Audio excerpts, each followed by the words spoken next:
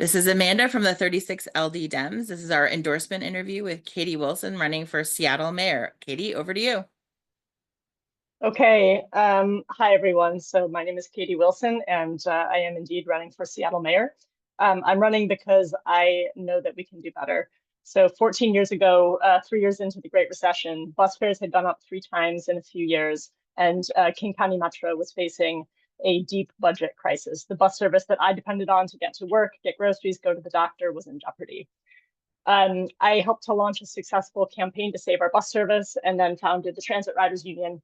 We organized alongside transit riders and allies in the community and in the labor movement. And a few years later, we won the Orca Lift program, which today tens of thousands of low-income riders use to ride transit for a lower fare across our region. In the years since then, we've kept fighting and we've kept winning, building powerful community labor coalitions that win major victories for working families. Stronger protections for renters in Seattle and 7 other jurisdictions around King County, the Jumpstart payroll expense tax, Seattle's landmark tax on wealthy corporations, and the highest minimum wage in the country, and so much more. Along the way, plenty of people said that we couldn't take on City Hall or take on big corporations and win, but time and again, we've proven them wrong. And we're not done fighting. So I'm running for mayor of Seattle against a powerful incumbent with deep-pocketed friends who's been in City Hall almost continuously since 2008. I'm running because I know we can do better on the housing crisis, both by allowing more housing and more housing types to be built in great neighborhoods throughout Seattle, and by investing in publicly owned and operated affordable housing. And I know we can do better on homelessness. Seattle has twice as many unsheltered homeless people as New York City. And our shelter capacity has actually declined every year that the current mayor has been in office. One of my highest priorities as mayor will be to rapidly open new shelter and also deepen the city's investments in behavioral health and substance use disorder treatment to tackle our fentanyl and opioid crisis. I'm also committed to raising new progressive revenue to address cuts coming from the Trump administration and our structural budget deficit. I'm out of time, so I'll stop there. Thank you. Thank you so much. Our first question will be asked by Alex. Hi, Katie. Please tell us why you're running for this office, what experiences you bring to this role, and how this informs how you will govern.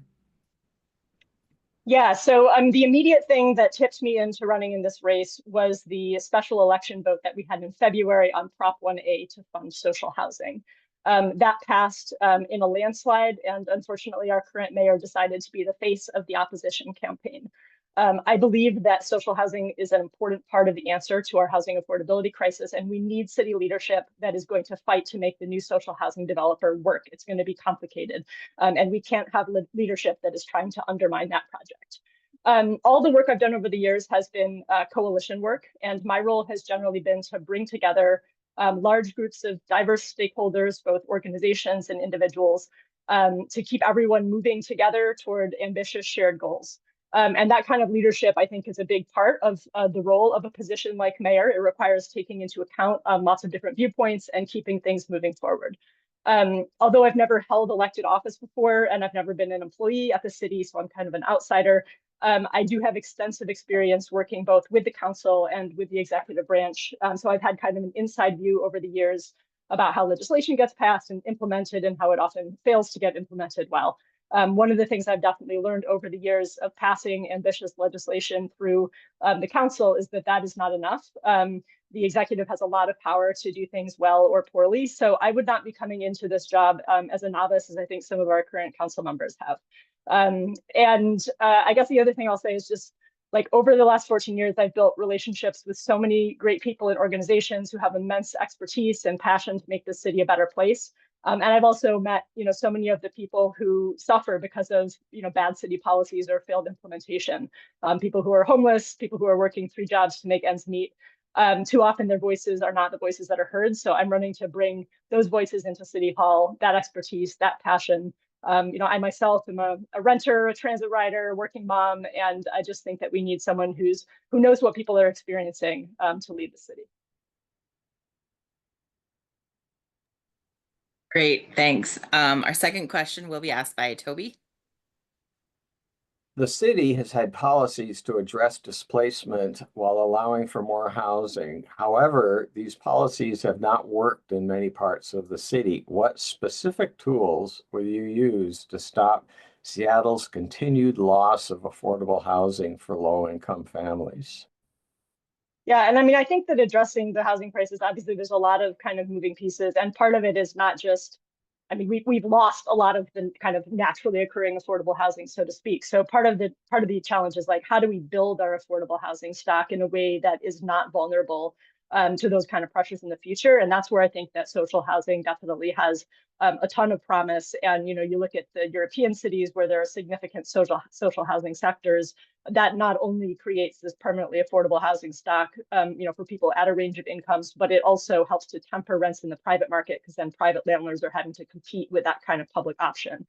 So I think that's really important. I mean, one criticism that I have of the comprehensive plan that the mayor proposed is that so much of the development, because the number of neighborhood centers and other things were kind of watered down from some initial drafts. A lot of the development will be concentrated in areas that already have multifamily housing, and so there you're going to see lower income renters being kind of displaced or possibly displaced again with that development happening. So I think that there's a lot we can do to make sure that we get the density that we need in neighborhoods throughout the city while minimizing that displacement. Not eliminating it, but I think we can also do better at making sure that we have room for trees and green space and all of the things, family-sized units, all the things that kind of are important for people's quality of life. And I know, as a mother, like I see Seattle like hemorrhaging young families, like it's so hard to find like an affordable two-bedroom unit. I know that some of the neighborhoods that have absorbed a lot of development in ways that have been harmful, like the Central District and parts of Southeast Seattle, community groups there have come up with a whole range of policy ideas that they would like to see to prevent further displacement. And so I would want to work with them on a lot of those policies. I don't necessarily agree with them all, but I think things like making it easier for lower income homeowners to build like backyard cottages that are going to allow people to age in place, and kind of community land trusts and other ways that yeah. You can finish your sentence, by the way. Well, just other ways that we can work with existing community members and organizations that are rooted in those communities to make sure that they're actually having an active hand in how we're developing those neighborhoods so that the people who are there can remain there and the housing can remain affordable. Great, thanks. Our third question will be asked by Alex. What specific actions will you take to ensure enforceable progress towards carbon neutrality by 2050 and advancing environmental justice? Yeah, so I'll name a few things here. One thing is I don't want to, beat a dead horse, but I'm going to bring up social housing again. And in general, just building more affordable housing, because affordable housing is actually a climate strategy, right? When people are displaced from Seattle and they still work in Seattle, they're having to move to God knows where and then commute in, usually drive in a long way. And so that is kind of increasing our carbon emissions by not having enough places, affordable places for people to live where they work. So dense affordable housing and the kind of, I love the like Barcelona super block idea, which I know has been discussed over the years, and I would love to move forward on that kind of vision where like all the things that you need are right there, right? You don't have to get in your car and drive across town in order to get your groceries or go to the doctor or your childcare or whatever. So I think that's really important. And then, most of our 60% plus of our carbon emissions come from transportation. So a lot of the answer to this question is how do we achieve that mode shift? And that's, building out the mass transit system that we deserve. And we need a lot more, bus only lanes, and we need a lot more investment in public transit. I will say I'm not making this like a big part of my platform because I realize there's a lot of political obstacles to getting there, but I think that the experience that New York City's had with congestion pricing so far is very interesting and well worth looking at. It by all accounts, it looks like it's been being very successful, and that's one way to raise a ton of money to invest in public transit while also shifting behavior really rapidly. I guess I'll also say, like, I'm interested in heat pumps, ways that we can do kind of residential heat pump conversion. And that's not just about lowering carbon emissions. It's also about making sure that as we feel the effects of climate change, more heat waves, more smoke, that people have, renters included, have the ability to keep themselves cool. So I think that there's some things the city could do on that front. And then finally, there's a whole bunch of other kind of environmental justice issues that aren't just about kind of carbon pollution, but, talking with folks in the Duwamish Valley about the river flooding, which is getting worse, the airport impacted communities. So there's a lot of environmental justice issues that I think all communities already doing great work on, and the city can better support. Great, thank you. And our fourth question will be asked again by Toby. The current federal administration has shown hostility and taken action against cities and counties with progressive values like ours. How do you anticipate navigating and leading when we face urgent, complex, and dynamic challenges to civil rights, funding, et cetera? Yeah, and I mean, this is obviously a huge question, and we can expect over the coming few years that stuff is going to keep flying at us fast and thick, and we have to be prepared to respond quickly. I would say like a big part of this, the answer to this question is that we need to be prepared to raise new progressive revenue. And we're going to see cuts to federal program. We're already seeing, but we're going to see more cuts to federal programs that are going to impact directly and indirectly the services that the city is able to provide for people, and homelessness and housing and transportation and elder care and medical, everything. I served in 2023 on the Seattle Revenue Stabilization Work Group, which was tasked with researching the city's progressive revenue options. We have some options. The city needs to be doing more to develop those, and the current administration is not particularly interested in that work. So I think, obviously a local capital gains tax is one that's been discussed. There are some ways that we could turn the dials on Jumpstart that would like minimize the risk that, Amazon, et cetera, are going to move jobs to Bellevue. So, and then there are some other options that require more work. So that's one piece of it. I think obviously the city should be joining every lawsuit we can to stop these things from happening. We can't bow down, because we know that just like giving in is not going to stop it. That's just red meat. So the other thing is that there are, on all of these issues, there are advocates who are taking the lead, and that I think the city just needs to be a really good partner to. So the Washington, the Immigrant Solidarity Network has been doing just a ton of great work. I attended part of the conference last weekend where they were kind of talking about things that cities can do, and they're forming this rapid response network. And I think there's a lot of good ways that the city can partner to make sure that we're supporting immigrant communities. And I was just actually the other day, I heard one of my members in the Transit Riders Union said that they saw ICE on the bus asking people for papers. And so I think like things like making sure that we're I know the city's been putting out some educational materials about like what to do, but like let's get that on the buses too. And anyway, yes. So yeah, I'll stop. Great, thank you so much. That's the end of our prepared questions at this point. So I'm going to go ahead and open it up to the folks on the Zoom to ask questions, and have 1 minute answers to each of those. So I'll let folks raise their hand in Zoom if they have a question. And we're going to start with Toby. I assume you remember John V. Fox. He advocated for, you mentioned NOAA, naturally occurring affordable housing. Would you support requiring replacement of NOAA when new developments are occurring? That is a policy that other cities have used. Yeah, and if you can send me some information about how that's worked in other cities, I guess, I mean, that sounds a little bit similar to the kind of mandatory inclusionary zoning strategy, right? So you're actually requiring the developers to include replacement affordable housing in what they build. I mean, conceptually, I like it. I think what I'm concerned about, and what I understand from like looking at some of the recent research, is that unfortunately, this is capitalism, right? And things need to pencil out for developers. So what I wouldn't want is a situation where we're requiring affordability to the extent that they just stop building, or stop building, the units that we need. So yeah, open to considering that, but I would want to really dig into the research and make sure that we're getting the density and the affordability. And I'm not 100% convinced that requiring one-to-one replacement or requiring a lot of affordable units on site without actually funding that is going to be a successful strategy. Great, thank you so much. Anita has a question. My question is on behavioral health. The UW-MC Northwest 150-bed psych unit that was funded and is up and running is now laying off nurses because they don't have enough defense attorneys to run the involuntary treatment courts. Anything you can do to help?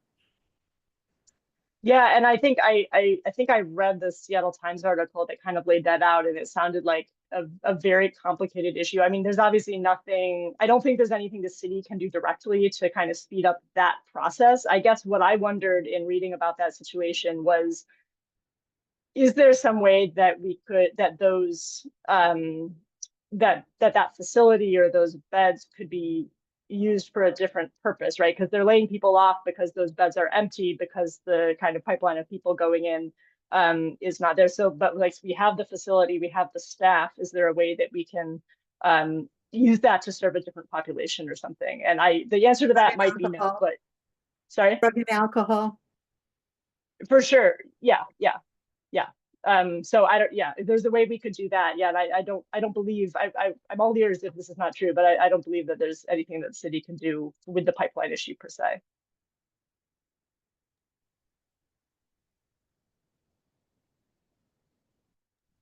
Sorry, our next question comes from Alex.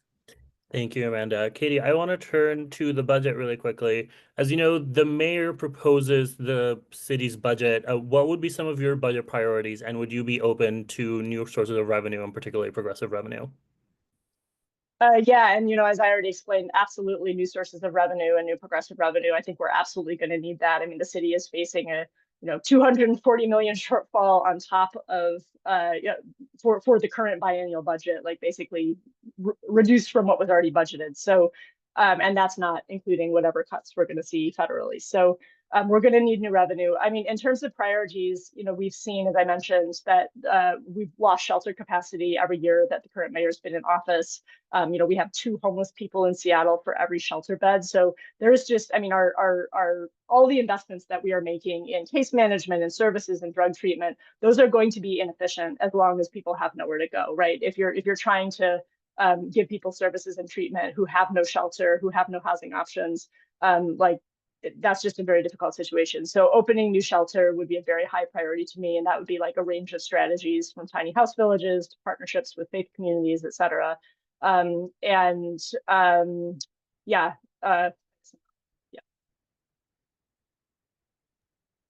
All right, thank you. I'm gonna open it up for any further questions. I'm not seeing any other hands at the moment. Oh, one more from Alex. Sorry, I'll do a quick follow-up on the budget. Are there any sort of sources of progressive revenue that particularly interest you that you would be inclined to explore and push for as mayor? Yeah, so I mean, in addition to the local capital gains tax and different ways that we might turn the dials on Jumpstart, I think so.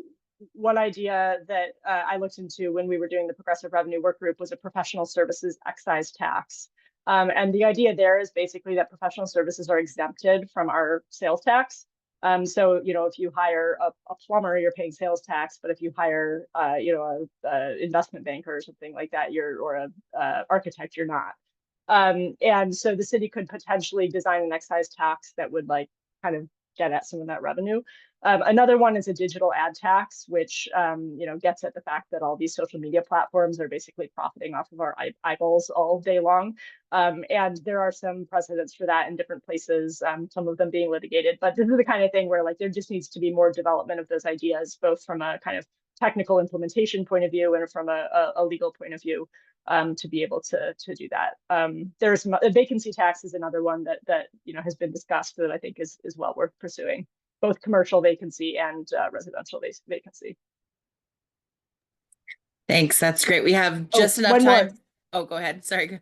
Sorry, I just learned the other day. So Spokane is interested in pursuing a land value tax as a more progressive alternative to our property tax model. I think that is super interesting. And if there's a way to do that, I think we'd have to get state legislature, but if we teamed up with them, maybe it would be more possible to get that permission. Thanks. We have just enough time for a very quick question from Toby and 1 more minute. Sure. Pretend I'm Jack Wisner. What role would the mayor have to help make Sound Transit get the darn line to Ballard for us? I mean, attending and participating in Sound Transit board meetings would be a really good start. And I think the mayor, the city has power over a lot of power over kind of right of way and permitting and things like that. So I think that the city could take a more proactive role in making sure that all of the things that the city has to do to permit those lines to be actually developed and built could happen, faster and more streamlined fashion. So I would want to both like use the city's specific powers to make to make sure that we're delivering projects like more on time, but then also use the mayor's role on the Sound Transit Board to try to be pushing the agency as well. And I think there's a lot that we can do on that front. Great, thank you so much. That is the end of our endorsement review. So I'm going to go ahead and stop the recording.